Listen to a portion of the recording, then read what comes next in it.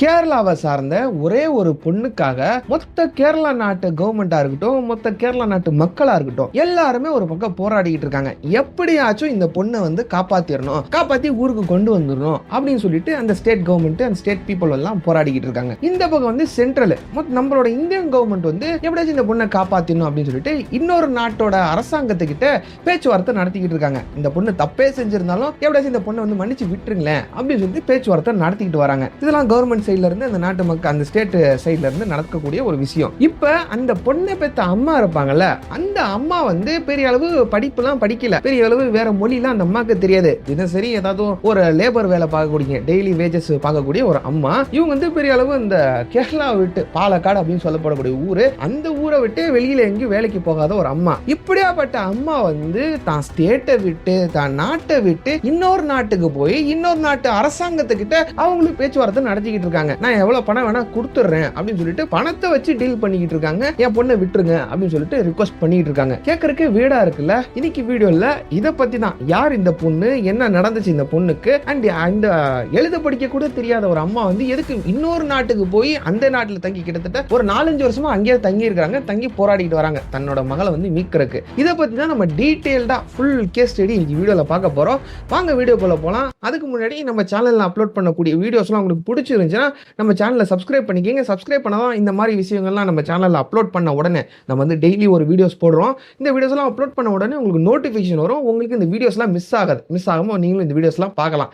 சரி, சப்ஸ்கிரைப் பண்ணிட்டீங்களா? Video start பண்ணலாமா? Hello everyone, this Yasar. Welcome to Yasar speaks.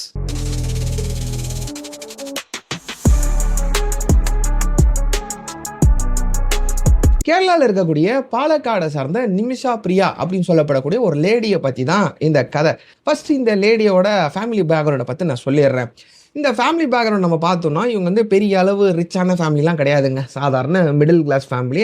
இவங்களுக்கு அப்பா கிடையாது, அம்மா மட்டும்தான். அம்மாவும் எப்படின்னு பார்த்தீங்கன்னா, இவங்க பெரிய அளவு படிப்புலாம் படிக்கல. அம்மா இந்த தினசரி இந்த கூலி வேலையெல்லாம் இருக்கும்ல, அந்த மாதிரி வேலையை செஞ்சுக்கிட்டு, டெய்லி வேஜஸுக்காக வேலை செஞ்சுக்கிட்டு இந்த பொண்ணை எப்படியோ வளர்த்துட்டு வந்திருக்காங்க. இந்த பொண்ணுக்கு ஒரு நல்ல படிப்பை கொடுத்ததான் அந்த பொண்ணோட வாழ்க்கை நல்லா இருக்குன்னு சொல்லிட்டு இந்த பொண்ணை நர்ஸுக்கு படிக்க வைக்கிறாங்க. நர்ஸுக்கு படித்து இந்த பொண்ணு நர்ஸும் ஆயிடுது. நர்ஸ் ஆகிட்டு என்ன பண்ணுது பார்த்தீங்கன்னா, லோக்கலில் ஒரு இந்த பாலக்காடுலேயே ஒரு ஹாஸ்பிட்டலில் ஒர்க் பண்ணிட்டு வருது. ஒர்க் பண்ண அந்த லோக்கலில் வரக்கூடிய வருமானத்தை வச்சு அந்த பொண்ணுக்கு சாட்டிஸ்ஃபை ஆகலை.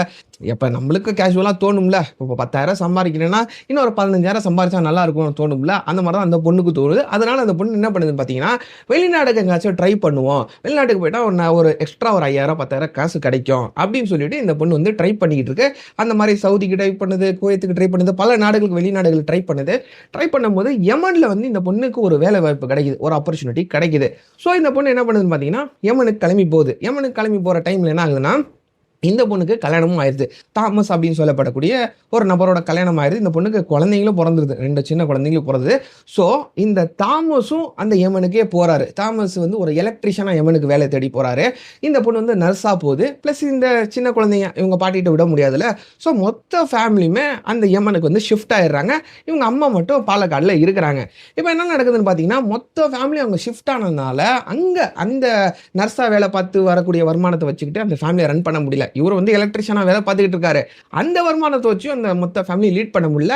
அப்படி இன்கேஸ் அந்த ஃபேமிலி லீட் பண்ணிட்டாலும் கூட அவங்க இவங்க வீட்டுக்கு, இப்போ இந்த தாமஸ்க்கு ஃபேமிலி இருப்பாங்க, அவங்க அப்பா அம்மா இருப்பாங்க, இவங்க அம்மா இருக்கிறாங்க, இவங்க வீட்டுக்கு பணம் அனுப்பணும்ல, அந்த பணத்தை சேவ் பண்ணி இங்கே அனுப்ப முடியல. ஸோ என்ன பண்ணுறாங்கன்னா, தாமஸும் அவர் வீட்டுக்காரரை நாட்டுக்கு அனுப்பிச்சிட்டு, கேரளாக்கே அனுப்பிச்சிட்டு, பிள்ளைங்களையும் அங்கே அனுப்பிச்சிட்டு இவங்க ஒரு பிளான் பண்ணுறாங்க. நம்மளுக்கு நர்ஸ் வேலை நல்லா தெரியும்.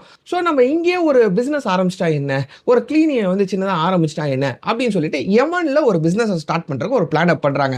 இப்போ பிளான் இருந்தால் மட்டும் அங்கே பிஸ்னஸ்லாம் ஸ்டார்ட் பண்ண முடியாதுங்க. என்ன ரீசன் பார்த்தீங்கன்னா, இப்போ வெளிநாடுகளில் எங்கேயாச்சும் நம்ம போய் ஒரு பிஸ்னஸ் ஆரம்பிக்கணும்னா, யமன்னு கிடையாது, சவுதியாக இருக்கட்டும், இந்தியாவில் கூட இந்த ரூல்ஸ் இருக்குன்னு நினைக்கிறேன். இந்த மாதிரி வெளிநாட்டு ஆளுங்க வேறு நாட்டுக்கு போய் பிஸ்னஸ் ஆரம்பிக்கணும்னா, அங்கே யாராச்சும் ஒரு லோக்கல் பார்ட்டி அங்கே ஒரு பிஸ்னஸ் பார்ட்னராக, அந்த பிஸ்னஸ்க்கு ஒரு பிஸ்னஸ் பார்ட்னராக இருக்கணும். அவங்க பிசினஸ் பார்ட்னரா இருந்தா மட்டும் தான் அவங்க பேரை வச்சு தான் நம்ம வந்து அங்க ஒரு பிசினஸை ஆரம்பிக்க முடியும். அந்த ரூல்ஸ் வந்து யமன்லயே இருக்குது. ஸோ அந்த அந்த ரூல்ஸ் படி அந்த பொண்ணு என்ன பண்ணுதுன்னு பார்த்தீங்கன்னா, லோக்கல்ல ஒரு பிசினஸ் பார்ட்னரை தேடுவோம் அப்படின்னு சொல்லிட்டு பிசினஸ் பார்ட்னரை தேடுது. அப்ப கிடைக்கக்கூடிய ஒரு ஆள் பார்த்தீங்கன்னா, தலால் அப்து மெஹதி. இந்த நபர் வந்து சரி உங்களோட பிளான் நல்லா இருக்குது, நம்ம வந்து பிசினஸ் ஆரம்பிக்கலாம் அப்படின்னு சொல்லிட்டு ஒரு 24 வயசு பையங்க, 24 வயசு பையன், நானும் கொஞ்சம் இன்வெஸ்ட்மெண்ட் பண்றேன், நீங்களும் இன்வெஸ்ட்மெண்ட் பண்ணுங்க அப்படின்னு சொல்லிட்டு ஒரு பிசினஸ் ஆரம்பிக்கிறாங்க. ஒரு சின்ன கிளினிக் ஒன்று ஆரம்பிக்கிறாங்க. இப்போ ஆரம்பிச்ச காலத்துல ஒரு 2013 2014 அந்த டைம்ல வந்து ஆரம்பிச்சிருக்காங்க. நல்லா தான் பிஸ்னஸ் ஓடிக்கிட்டு இருக்குது. ஆரம்பித்த காலத்தில் இன்ஸ்டேஷனுக்கு நல்லா தான் போயிட்டு இருக்குது, ஸ்மூத்தாக தான் போயிட்டு இருக்குது. இவங்க நினச்ச மாதிரியே வீட்டுக்கும் பணம் அனுப்புகிறாங்க, இவங்களோட வாழ்க்கையும் அங்கே நல்லா போடிக்கிட்டு இருக்குது. அதுக்கப்புறம் என்ன ஆகுதுன்னு பார்த்தீங்கன்னா, 2015 அந்த டைமில் சிவில் வார் யமனில் வந்து ஆரம்பிக்குது. சிவில் வார் கண்டிப்பாக உங்களுக்கு எல்லாத்துக்கும் தெரிஞ்சிருக்கும். சவுதி ஆளுங்க வந்து யமனுக்குள்ளே வந்துவிட்டாங்க, இந்த நாட்டை வந்து நாங்கள் கைப்பற்ற போகிறோம். சில பகுதியை வந்து அந்த சவுதி கவர்மெண்ட் தான் ஆண்டுகிட்டு இருந்தாங்க. இங்கிட்டு வந்து இந்த ஈரான் நாட்டு வயலுக்கு இந்த ப்ராக்சி நெட்வொர்க், யூத்திஸ் அப்படின்னு சொல்லப்படக்கூடிய ஒரு ப்ராக்சி நெட்வொர்க் இருக்குல்ல, அவங்கள வச்சு ஏவி விட்டு அங்கே வந்து ஒரு கலவரத்தை உண்டாக்கி வச்சிருந்தாங்க. இந்த மாதிரி பல கலவரம் அங்கே வந்து ஓடிக்கிட்டு இருந்துச்சு. சிவில் வார் அங்கே வந்து நாட்டுக்குள்ளேயே நடந்துகிட்டு இருந்துச்சு. ஸோ நம்ம இந்திய நாட்டு கவர்மெண்ட் என்ன பண்ணாங்கன்னா, எல்லா நாட்டு கவர்மெண்ட்டும் அவங்க நாட்டு மக்களை வந்து கூப்பிட்டுட்டு போயிடலாம், ஏன்னா இங்கே சிவில் வார் நடந்துகிட்டு இருக்கு அப்படின்னு சொல்லிட்டு எல்லா நாட்டு கவர்மெண்ட்டும் அவங்க நாட்டு மக்களை கூப்பிட்டுக்கிட்டாங்க. அதே மாதிரி நம்ம இந்தியன் நாட்டு கவர்மெண்ட்டும் அங்கே இருக்கிற எம்பசி ஆளுங்களை எல்லாத்தையும் இங்கே கூப்பிட்டுக்கிட்டாங்க. ப்ளஸ் அங்கே நாட்டு மக்கள்லாம், நம்ம நாட்டு மக்கள்லாம் எத்தனை பேர் இருக்காங்களோ அவங்களெல்லாம் வாபஸ் கூப்பிட்டுக்கிட்டாங்க. ரிட்டர்ன் கூப்பிட்டதுக்கு அப்புறம் இந்த பொண்ணு மட்டும் என்ன பண்ணுது பார்த்தீங்கன்னா, இந்த நிமிஷா பிரியா மட்டும் நம்ம வந்து இப்போதான் பிஸ்னஸ் ஆரம்பிச்சிருக்கோம். ஏன்னா 2013 2014 இந்த டைமில் தான் இந்த பொண்ணு வந்து பிஸ்னஸ் ஆரம்பிச்சிருக்கு. ஸோ 2015 உடனே வார் வந்துருச்சு, நம்ம போயிட்டோம்னா நம்மளுக்கு வந்து பிஸ்னஸ் லாஸ் ஆயிரும். ஸோ நம்ம கொஞ்ச நாள் இங்கேயே இருந்துக்குவோம், அதுக்கப்புறம் போர்லாம் முடிஞ்சதுக்கப்புறம் அப்புறம் வந்து சுமூகமாக ஆயிரும் அப்படின்னு சொல்லிட்டு இந்த பார்ட்னர் மேலே இருந்த நம்பிக்கைனால அந்த பொண்ணு அங்கேயே தங்கி அந்த பிஸ்னஸ் வந்து ரன் பண்ணிக்கிட்டு வருது. ஆனால் அந்த பார்ட்னர் என்ன பண்ண ஆரம்பிச்சிட்டான்னா, அந்த தலால் அப்து மெஹதி வந்து கொஞ்சம் கொஞ்சமாக சில பிரச்சனைகள் பண்ண ஆரம்பிச்சிட்டான் இந்த பொண்ணுக்கு. இந்த பொண்ணோட இந்த லாப பணம்லாம் இருக்கும்ல, அந்த பிஸ்னஸில் வரக்கூடிய லாபம் அந்த பொண்ணோட பேங்க் அக்கௌண்ட்ல இருந்து எடுக்கிறது, அவன் வந்து பர்சனல் யூஸ் பண்றது, அதுக்கப்புறம் வந்து இந்த பொண்ணு மேல வந்து ஏகப்பட்ட கடனை வந்து அந்த ஊர்ல வாங்குறது, இந்த மாதிரி ஏகப்பட்ட வேலைகள் பண்ண ஆரம்பிச்சிட்டான். அதுக்கப்புறம் முக்கியமா அந்த பொண்ணோட பாஸ்போர்ட்டை வேற பிடிங்கி வச்சுக்கிட்டான். ஏற்கனவே அங்க பிரச்சனை ஓடிக்கிட்டு இருக்குது, அங்க எம்பசியே இல்ல. அந்த பொண்ணு வந்து யார்கிட்டயும் கம்ப்ளைண்டும் பண்ண முடியாது, நம்ம நாட்டு எம்பசி அங்க இல்ல. நான் இப்பதான் சொன்னேன்ல 2015 சிவில் வார் நடந்துச்சு, திருப்பி கூட்டு வந்துட்டாங்க சொல்லிட்டு. ஸோ அங்க எம்பசி இல்ல, இந்த பொண்ணு வந்து யார்கிட்டையும் கம்ப்ளைண்டும் பண்ண முடியாது. அந்த மாதிரி டைம்ல இந்த பொண்ணோட பாஸ்போர்ட் வந்து பிடிங்கி வச்சுக்கிட்டான். பிளஸ் இன்னொரு முக்கியமான விஷயம் என்ன பண்ணிவிட்டான்னா, அந்த பொண்ணு வந்து நான் என்னோட ஒய்ஃப் இந்த பொண்ணு, நானும் இந்த பொண்ணு வந்து கல்யாணம் பண்ணிக்கிட்டான் அப்படின்னு சொல்லிட்டு அந்த அவனுக்கு ஒரு ஒய்ஃப் இருந்தாங்க, அந்த ஒய்ஃபோட ஃபோட்டோவை அதில் மாஃப் பண்ணிட்டு என்னென்னமோ இல்லீகல் வேலை பண்ணி வச்சுட்டான். இப்போ அந்த பொண்ணு வந்து ஒரு ஜெயில் கைதி மாதிரி அந்த அவனுக்கிட்ட மாட்டிக்கிச்சு, யாருக்கிட்டையும் கம்ப்ளைண்ட் பண்ண முடியல, திருப்பி நாட்டுக்கும் வர முடியல. இந்த மாதிரி சூழ்நிலை அந்த பொண்ணு வந்து இருந்துகிட்டு வருது. நாட்கள் போகுது, இந்த பொண்ணு எப்படியாச்சும் தப்பிக்கணும் முயற்சி பண்ணுது, தப்பிச்சு போக முடியல.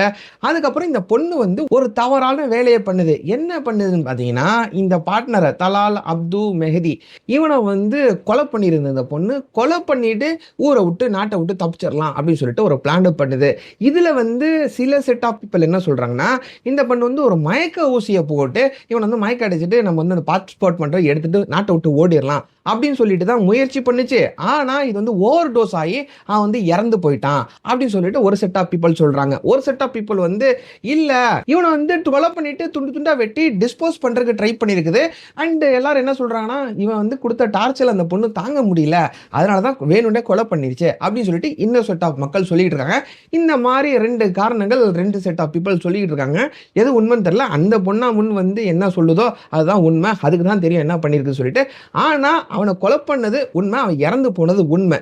இப்போ இந்த பொண்ணு என்ன பண்ணுதுன்னா, அவன் இறந்து போனதுக்கு அப்புறம் சவுதி வழியா அப்படி தப்பிச்சு இந்தியாவுக்கு நம்ம போயிடுவோம் அப்படின்னு சொல்லிட்டு சவுதி வழியா போகுது. அதுக்கப்புறம் இந்த சவுதி யமன் பார்டர்ல 2017 அந்த டைம்ல வந்து இந்த பொண்ணை வந்து அரெஸ்ட் பண்றாங்க அந்த யமன் நாட்டு கவர்மெண்ட். இப்போ வந்து இந்த நியூஸ் வந்து வெளியிலலாம் வர ஆரம்பிக்குது. இப்போ கேரளா நாட்டு மக்கள் எல்லாருமே போராட ஆரம்பிக்கிறாங்க, அந்த பொண்ணை எப்படியாச்சும் வீட்டுக்கு கொண்டு வந்துடணும், அந்த பொண்ணு பக்கத்துல தான் நியாயம் இருக்குது, ஏன்னா அந்த பொண்ணு வந்து தன்னை தற்காத்துக்கிறதுக்கு தான் அவனை கொலை பண்ணியிருக்குது, அவன் எந்த அளவுக்கு டார்ச்சர் பண்ணியிருக்கான் பாருங்க அப்படின்னு சொல்லிட்டு இங்க வந்து பல புரட்சி வந்து நடக்குது, போராட்டங்கள் வந்து நடந்துட்டு வருது. அண்ட் அதே டைம்ல நம்ம சென்ட்ரல் கவர்மெண்ட் நேஷனல் கவர்மெண்ட் எல்லாருமே அந்த நாட்டு கவர்மெண்ட் கிட்ட பேச்சுவார்த்தை நடத்திக்கிட்டு இருக்காங்க. அவங்கள விட்டுருங்க, நீங்களே நினைச்சு பாருங்க, அவன் எந்த அளவுக்கு டார்ச்சர் இந்த பொண்ணுக்கு கொடுத்துருக்கான், அதனாலதான் இந்த பொண்ணு பண்ணிருச்சு, தன்னை தற்காத்துக்கிறது தானே பண்ணிருச்சு அப்படின்னு சொல்லிட்டு பேச்சுவார்த்தை நடத்திட்டு வராங்க. ஆனாலும் அவங்க கேட்கிற மாதிரி இல்ல. இப்ப அந்த பொண்ணுக்கு வந்து ஜூலை 16 அந்த டேட்ல வந்து மரண தண்டனை விதிக்கப்படுது, தூக்குல போட போறான் அப்படின்னு சொல்லிட்டு ஒரு டிக்ளரேஷன் அந்த யமன் நாட்டு கவர்மெண்ட் கொடுத்திருக்காங்க. இதுல இன்னொரு முக்கியமான விஷயம் கேட்டீங்கன்னா, அவங்களோட அவங்களோட அம்மாங்க. அவங்களுக்கு வந்து எழுத படிக்கவே தெரியாது. நான் ஸ்டார்ட்டிங்ல சொன்ன மாரி பெரிய அளவு படிப்புலாம் படிக்கல. ஆனா, அவங்க வந்து தன் ஊர விட்டு, தன் நாட்ட விட்டு அந்த யமன் நாட்டு கவர்மெண்ட் கிட்ட போய் பேசிக்கிட்டு இருக்காங்க. என் பொண்ண விட்டுருங்களேன். என் பொண்ணு பாவம் தன்னைய வந்து தற்காத்துக்கிறது தானே இந்த மாரி பண்ணிருச்சு. தயவு செஞ்சு விட்டுருங்கன்னு சொல்லிட்டு அங்க போய் கெஞ்சிக்கிட்டு இருக்காங்க. இதுல இன்னொரு முக்கியமான விஷயம் என்னன்னு பார்த்தீங்கன்னா, அங்க யமன்ல வந்து இஸ்லாமிக் ஷரியா லா தான் பின்பற்றிட்டு வராங்க. இப்ப பொதுவா இந்த மாரி ஒரு சூழ்நிலை வந்துருச்சுன்னு வச்சுக்கோங்களேன், யாரு பாதிப்புக்கு உள்ளாயிருக்காங்களோ, அவங்களோட ஃபேமிலி கிட்ட கேள்வி கேட்பாங்க. இந்த மாரி உங்களுக்கு வந்து பாதிப்பு இருக்குது. ஸோ இதுக்கு நீங்க என்ன பண்றீங்க? நீங்க என்ன சொல்றீங்களோ அந்த மாரி நாங்க பண்ணுவோம். அப்படின்னு சொல்லிட்டு அந்த நாட்டு கவர்மெண்ட் பொதுவா கேட்பாங்க. அவங்க ஏதாச்சும் சரி மன்னிச்சு விட்டுருங்க அப்படின்னு சொல்லிட்டாங்கன்னா, இவங்க வந்து மன்னிச்சு விட்டுருவாங்க. இல்ல இவங்கள தூக்குல போடுங்க, இவங்கள வந்து கொலை பண்ணுங்க அப்படின்னு சொன்னாங்கன்னா, உயிருக்கு உயிர் தான் பதில்ன்னு கேட்டாங்கன்னா, அவங்க வந்து தூக்குல தான் போடுவாங்க. அது வந்து எந்த ஒரு மாற்று கருத்தும் இல்ல. இப்ப அந்த மாரி இந்த அம்மா இருக்கிறாங்கல்ல, அந்த வயசான அம்மா, அவங்க வந்து அவங்க ஃபேமிலி கிட்ட பேசிக்கிட்டு இருக்காங்க. தயவு செஞ்சு விட்டுருங்க. உங்களுக்கு பணம் வேணா நாங்க குடுத்துர்றோம். காம்பன்சேஷனா நாங்க குடுத்துர்றோம். என் பொண்ண வந்து தூக்குல போட சொல்லிறாதீங்க அப்படின்னு சொல்லிட்டு அங்க வந்து கெஞ்சிக்கிட்டு இருக்காங்க. இதுல வந்து இன்னொரு சோசியல் ஒர்க்கர் இருக்கிறாரு. சாமுவேல் ஜெரோம் பாஸ்கரன் அப்படின்னு சொல்லப்படக்கூடிய ஒரு சோசியல் ஒர்க்கர் இருக்கிறாரு. இவரு தான் கவர்மெண்ட் கிட்டயா இருக்கட்டும், அந்த ஃபேமிலிஸ் கிட்டயா இருக்கட்டும், பேச்சுவார்த்தை நடத்திக்கிட்டு இருக்காரு. என்ன நடக்க போகுது நம்ம பொறுத்திருந்து தான் பார்க்குறோம். கடைசியா இவரு என்ன சொல்லியிருக்கிறாருன்னா, இல்ல இன்னும் 5 நாள் டைம் இருக்கு. ஜூலை 16 இன்னைக்கு தேதி 10 இன்னும் 6 நாள் டைம் இருக்குல்ல. ஏதாச்சும் ஒரு நல்லதுக்கு ட்ரை பண்ணுவோம். இந்த பொண்ண எப்படியாச்சும் காப்பாத்துறதுக்கு ட்ரை பண்ணுவோம் அப்படின்னு சொல்லிட்டு இவரு தான் பேச்சுவார்த்தை நடத்திக்கிட்டு இருக்காரு. இவரு ஒரு ஸ்டேட்மெண்ட் இந்த மாரி சொல்லியிருக்காரு. நம்ம பொறுத்திருந்தா பார்க்கணும். இந்த பொண்ணு வந்து தூக்குல போட்டுருவாங்களா? இல்ல மீட்டு கொண்டு வருவாங்களா? நம்ம நாட்டு கவர்மெண்ட் வந்து மீட்டு கொண்டு வருவாங்கன்னு சொல்லிட்டு பொறுத்திருந்தா பார்க்கணும். இதுதான் ஒரு டீட்டெயிலான ஓவர் உங்களுக்கு குடுக்கணும்னு தோணுச்சு. குடுத்துட்டேன். அண்ட் இதுல முக்கியமான விஷயம் என்னன்னு பார்த்தீங்கன்னா, ஒரு வயசான அம்மா தன் மகளை காப்பாத்துறதுக்காகடி நான் வந்து எந்த ஒரு எக்ஸ்ட்ரீம் லெவலுக்கு போவேன். எனக்கு மொழி தெரியலனாலும் பரவாயில்ல அந்த இடத்துக்கு நான் போவேன். நான் எப்படியாச்சும் அவங்கள்ட்ட வந்து காசே இல்லங்க. ஆனா அவங்களுக்கு வந்து காம்பன்சேஷன் நான் குடுக்குறேன்னு சொல்லிட்டு அந்த அம்மா வந்து அங்க நெகோஷியேட் பண்ணிக்கிட்டு இருக்காங்க. தாய்க்கு வந்து எவ்வளோ வயசு ஆனாலும் தான் பிள்ளை தான். எவ்வளோ பெரிய ஆளா ஆனாலும், நம்ம வந்து எவ்வளோ பெரிய ஆளா ஆனாலும் நம்மளுக்கு வந்து நாம வந்து அவங்களுக்கு குழந்தைங்க தான். அதுதான் சொல்லணும். இதுதான் எனக்கு வந்து ஒரு மாரி வித்தியாசமா தோணுச்சு. கண் கலங்க வைக்கக்கூடிய ஒரு தருணமா இருந்துச்சு. இந்த கேஸ பத்தி படிக்கும்போது. இன்னும் போராடிக்கிட்டு தான் இருக்காங்க. பார்ப்போம் என்ன நடக்குதுன்னு சொல்லிட்டு. அவ்வளோதான் இன்னைக்கு வீடியோ. நாளைக்கு இன்னொரு இன்ட்ரஸ்டிங்கான வீடியோல பார்க்கலாம். டில் தென் டேக் கேர். பாய்.